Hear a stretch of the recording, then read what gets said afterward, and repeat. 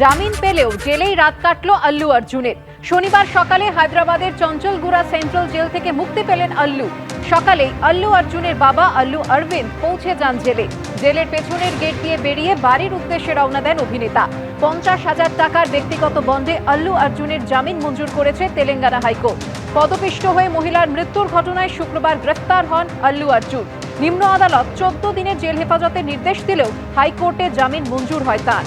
আল্লুর সঙ্গে দেখা করতে সকালেই তাঁর বাড়িতে পৌঁছন বিজয় দেবরাকোন্ডা। বাড়িতে গিয়ে আল্লুর সঙ্গে দেখা করেন পুষ্পা 2 এর পরিচালক Sukumaran.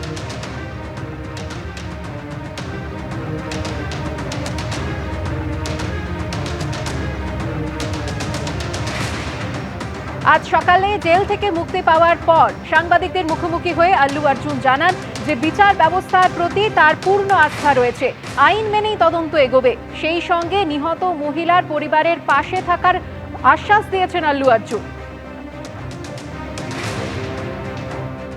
Thank you, I'm safe. Nothing to worry.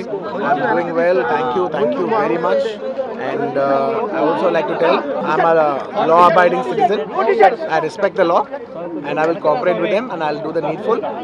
And very importantly, I would like to give my condolences once again to the family. It is very, very unfortunate that we went to watch a film and there was an accident, that is totally unintentional. I've been there more than 30 times in my life, and never something like this has ever happened. It is purely accidental, purely unfortunate, and I will be there for the family to support them.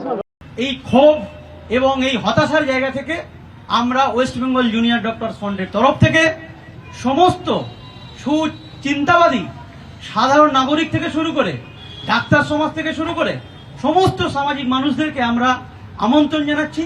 আমরা এই যতগুলো প্রশ্ন আমাদেরকে CBI malign করার চেষ্টা করেছে, আজকে তারা চার্জশিট জমা দিতে পারেনি, এই প্রশ্নের উত্তর পাওয়ার জন্য দুপুর 2টো থেকে আমরা করুণাময়ী থেকে সিজিও কমপ্লেক্স পর্যন্ত একটা অভিযানের ডাক দিচ্ছি।